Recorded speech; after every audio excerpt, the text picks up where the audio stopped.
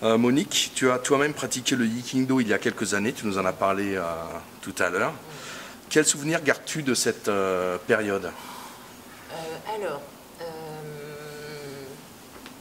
un engagement incroyable parce que étant la fille du maître et pour Jean-Pierre pareil, on avait le devoir un petit peu d'être bon, d'être à l'écoute de papa, mais surtout d'être bon. Donc on avait oui les entraînements à la bulle, on avait les entraînements à l'ESSEC avant aussi, mais nous, ces enfants, on avait les entraînements du dimanche, du samedi, du mercredi, le soir.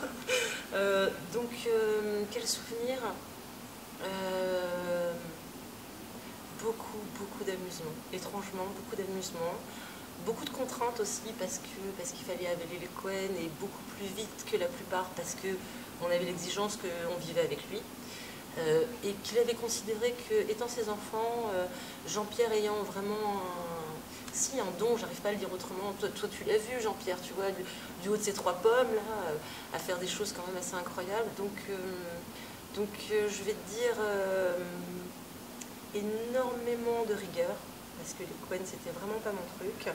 Moi j'aimais plus les combats, tout ce qui était self. J'aimais aller à la castagne, et donc après il m'a mis un petit peu à la boxe pour ça, un petit peu de boxe taille pour me calmer un peu, parce que j'aimais bien aller à la cogne, sauf que lui s'est rendu compte que ce qu'il pouvait nous imposer à nous ne se faisait pas forcément ici en France.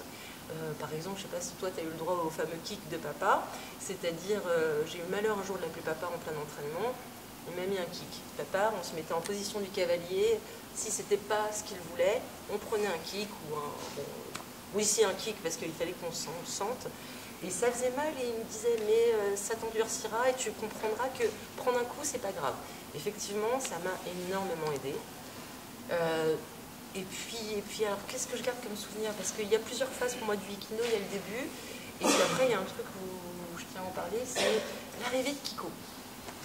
Kiko, il a amené ce côté-là très fun, justement très amusant, dans le sens où il était souvent, très souvent avec papa par rapport au Yikido, mais il a toujours cette grande chaleur, voilà, si du Monsieur des Îles, ça va être caricatural, mais pas du tout. Mais il faisait nounours, il était très imposant. Il n'avait pas l'air comme ça, mais dit qu'il te souriait, t'étais bien. Et quand moi je me faisais kicker, il me regardait, il me faisait un clin d'œil, c'est pas grave. C'était lui en fait qui a un peu contrebalancé, on va dire, la dureté de papa. Et donc pour moi c'est ça mes années de pratique, c'est papa, c'est Kiko et le côté, on est comme dans un sport collectif, et c'est ça qui m'a étonnée vraiment avec le Yikindo, c'est qu'on était vraiment soudés. C'est-à-dire, peu importe le jour, l'heure, on devait être ensemble, on était ensemble. Quelqu'un avait besoin, on était là. Quelqu'un n'avait pas besoin, on était là quand même. C'est ça ce que je garde de mes années de pratique. Voilà. Donc Monique, maintenant, quelle implication tu as dans le club en tant que fille du maître fondateur? Et je vais rajouter un petit mot parce que c'est une question qu'on n'a pas prévue, parce qu'en fait tu parles souvent de ton frère aîné, mais je sais que ton plus jeune frère était très doué aussi. Donc c'est juste une petite parenthèse, mais lui aussi était doué. Oui, Jean-Vincent. Oui, parce qu'on est 3. Donc il y a Jean-Pierre, le frère aîné, donc moi Monique, et mon petit frère Jean-Vincent. Donc lui maintenant a 32 ans, et lui venait pas forcément au club par contre, mais on a un rapport particulier chez les Vietnamiens avec les petits derniers. Donc papa n'a pas été dur avec lui, il lui a appris dans l'amusement. Et oui, il était doué, et disons que lui, il n'a pas continué, parce que comme c'est un petit dernier, autant maman a laissé faire par rapport à Jean-Pierre, qui est un vrai fils aîné vietnamien, même par rapport à moi, parce que je t'en demande, lui, c'est pas passé. Il a fait une compétition, maman a dit à papa, tu fais ce que tu veux avec le 2 grands, le petit, tu le laisses tranquille. Donc je pense que ça a été un peu une frustration pour lui, malheureusement. Mais qu'à l'heure actuelle, aussi bien Jean-Pierre que Jean-Vincent sont assez extérieurs. Donc, si tu veux, par rapport à lui, ce qui se dit, c'est que le Yikindo, c'est pas son frère, mais c'est un prolongement de papa. Et quand on lui demande, il dit qui il est, mais sinon, il ne le met pas en avant. Un peu comme moi, voilà.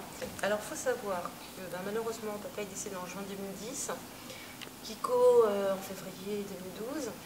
Et entre les deux, Kiko a fait ce qu'il a toujours fait pour moi, donc c'est-à-dire mon deuxième papa. Et puis j'en ai eu un troisième qui est Michel, un petit peu. Mais c'est pas un papa, lui c'est différent encore. C'est plus une sorte d'autorité, on va dire. Mais ça c'est autre chose, c'est Michel, voilà. Je me suis rapprochée du Yikindo parce que j'ai mis un peu ça de côté pour... quand je venais après le décès de papa, c'était trop douloureux. Et après le décès de Kiko, juste après le décès de Kiko, il y a eu une démonstration, il y a eu le repas de fin d'année où j'étais là et j'ai pris un amour incroyable. J'ai juste été à une compétition à Hermont. Non, c'est pas Hermont, c'était au Stade Coubertin, je crois, où là j'ai rencontré Marc Euro, là justement, on parlait des gens autour du Yikindo. J'ai rencontré Marc Euro, j'ai été assez étonnée parce que quand Michel m'a présenté, il m'a fait un salut comme ça. Je suis assez gênée de ça, ce rapport-là que j'ai avec les pratiquants aujourd'hui qui me voient et qui me témoignent un respect où j'ai pas... je pense pas y avoir droit parce que je suis juste la fille d'eux. Mais je me suis pris énormément d'énergie et d'amour. À ce stade-là, Samir passant en compétition, c'était un très mauvais souvenir parce qu'il s'est déboîté le genou. Il était hyper, comment dire, c'était suite au décès de Kiko, donc il était très digne et il avait fait imprimer dans son dos Kiko, c'était magnifique, c'était touchant. Et juste en venant là, moi ça m'a juste donné envie de venir vous dire coucou. Donc je suis venue à la compétition, je suis venue après à Hermont. Là j'ai vu Yanis aussi faire ses couettes. J'ai vu Bastien se faire un combat, j'ai vu Clem.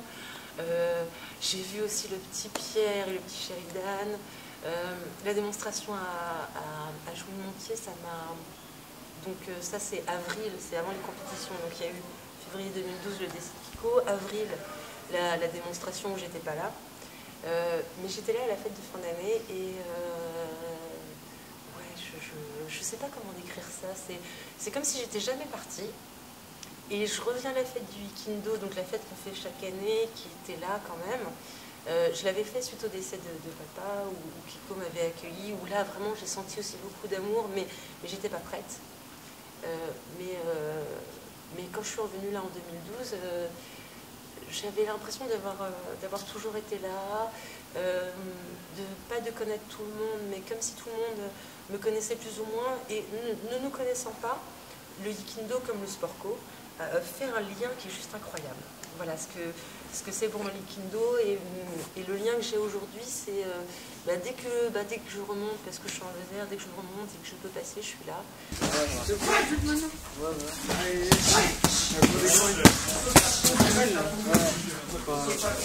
Ça dépend où, mais c'est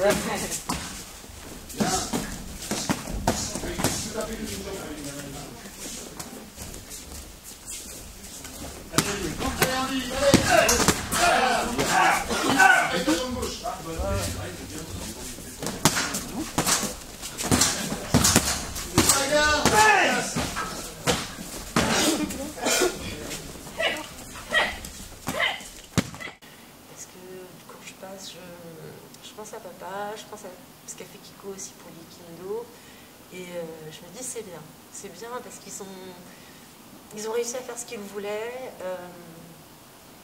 et on a gardé nos 4 préceptes, on a gardé ce côté familial, et on a gardé ce côté, le dojo c'est le dojo, mais en dehors de ça, on s'aime, c'est incroyable, même si on ne se connaît pas, c'est un truc que j'ai du mal à l'expliquer, mais c'est ça.